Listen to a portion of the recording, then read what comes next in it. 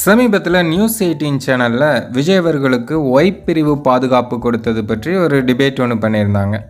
அதில் விஜய் ஆதரவாளர் ஒருத்தர் பங்கேற்றிருந்தார். அப்புறம் சில கட்சிக்காரர்கள் கூட பங்கேற்றிருந்தாங்க. அதில் தலைவர் ரஜினிகாந்த் அவர்களை பற்றியும் சில விஷயங்கள் பேசினாங்க. அதாவது விஜய் அவர்களுக்கு ஒய் பிரிவு பாதுகாப்பு கொடுக்குற அளவுக்கு அவருக்கு அச்சுறுத்தல்கள் இருக்குது அப்படின்னு நீங்கள் நினைக்கிறீங்களா அப்படின்னு அந்த டிவிகேக்காரர்கிட்ட கேட்கும்போது அவர் என்ன சொல்கிறாருன்னா, ஆமாம், அவருக்கு அச்சுறுத்தல் இருக்குது. நீங்கள் சோசியல் மீடியாவிலேயே பார்த்துருப்பீங்க, முகம் காட்டாத சில பேர் என்ன மாதிரிலாம் பேசுகிறாங்க அப்படின்னு நீங்கள் பார்த்துருப்பீங்க அப்படின்னு அவர் சொல்கிறாரு.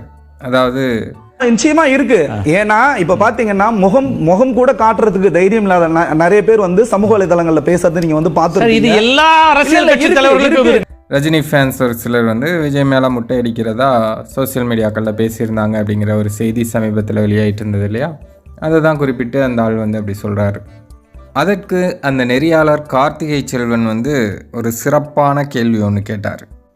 சரி, நீங்கள் முகம் காட்டாத நபர் அப்படின்னு சொல்லி இந்த விஷயத்த சொல்கிறீங்கல்ல, அதனால் நான் ஒன்று கேட்குறேன். ரஜினிகாந்த் அவர்கள் மருத்துவமனையில் அனுமதிக்கப்பட்டிருந்த போது அவர் பற்றி என்னென்ன செய்திகள்லாம் இந்த மாதிரி ஆட்கள் பேசினாங்க? மனிதத்தன்மையற்ற முறையில் நிறைய விஷயங்கள் பண்ணாங்களா, பண்ணலையா? அது பெரிய அளவு இஷ்யூ ஆகாமல் இருக்கிறதுக்கு அப்போவே ஒரு கண்டன அறிக்கை நீங்கள் வெளியிட்டிருக்கணும். ஆனால் நீங்கள் அதை பண்ணலை அப்படின்னு கார்த்திகை செல்வன் அந்த டிபேட்டில் பேசியிருந்தார். நிறைய பேர் திரு ரஜினிகாந்த் அவர்கள் மருத்துவமனையில் அனுமதிக்கப்பட்ட போது என்ன விதமாக ரியாக்ட் பண்ணாங்க? நீங்க முகமில்லாதவர்கள் சொல்றீங்க இல்லையா, மனிதத்தன்மை இல்லாமல் என்னதான் ரியாக்ட் பண்ணாங்க? அதை தடுப்பதற்கான ஏதாவது முயற்சிகள், இதெல்லாம் லார்ஜர் இஷ்யூ. தலைவரோட ரசிகர்கள் எப்போவுமே எந்த வம்பு சண்டைக்கும் போகிறது கிடையாது. தலைவரை யாரெல்லாம் தவறாக பேசுகிறாங்களோ, தவறாக சித்தரிக்கிறாங்களோ அவங்கள தான் தலைவரோட ரசிகர்கள் விமர்சனம் பண்ணுறாங்களே தவிர, யாரையும் சும்மா இருக்கிறவங்கள போய் நோண்டிட்டு நாங்கள் அப்படி பண்ணிடுவோம் இப்படி பண்ணிடுவோம் அப்படின்லாம் தலைவரோட ரசிகர்கள் எங்கேயும் சொல்கிறதில்ல. அது இன்றைக்கி நேற்று கிடையாது, பல வருஷமாகவே தலைவரோட ரசிகர்கள் அப்படின்னா தலைவரை ஏதாவது அவங்க சீண்டும் போது தான் அவங்கள விமர்சனம் பண்ணுவாங்க. அந்த வகையில் தான் விஜய் ரசிகர்கள் சமீப காலமாக சோசியல் மீடியாக்களில் பார்த்தீங்கன்னாலே தெரியும், தலைவர் ரஜினிகாந்த் அவர்களையும் சரி அவருடைய ஃபேமிலியும் சரி அந்த அளவுக்கு அவங்க அப்யூஸ் பண்ணிகிட்ருக்காங்க. அதனால தான் தலைவரோட ரசிகர்கள் விஜய் மேலேயும் சரி அல்லது விஜய் ரசிகர்கள் மேலேயும் சரி கோபத்தில் இருக்காங்க.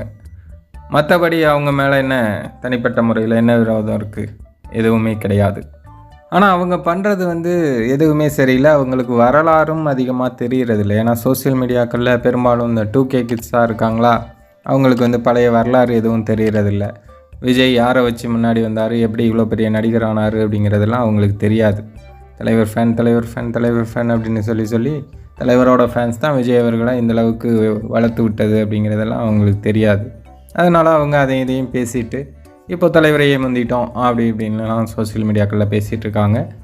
அதனால தான் தலைவரோட ரசிகர்கள் கோவப்படுறாங்களே தவிர, மற்றபடி விஜய் மேலேயோ அவருடைய ரசிகர்கள் மேலேயோ நம்மளுக்கு எந்த விதமான ஒரு விமர்சனமும் வைக்க வேண்டிய அவசியமும் கிடையாது, அவரை கம்பேர் பண்ண வேண்டிய அவசியமும் கிடையாது.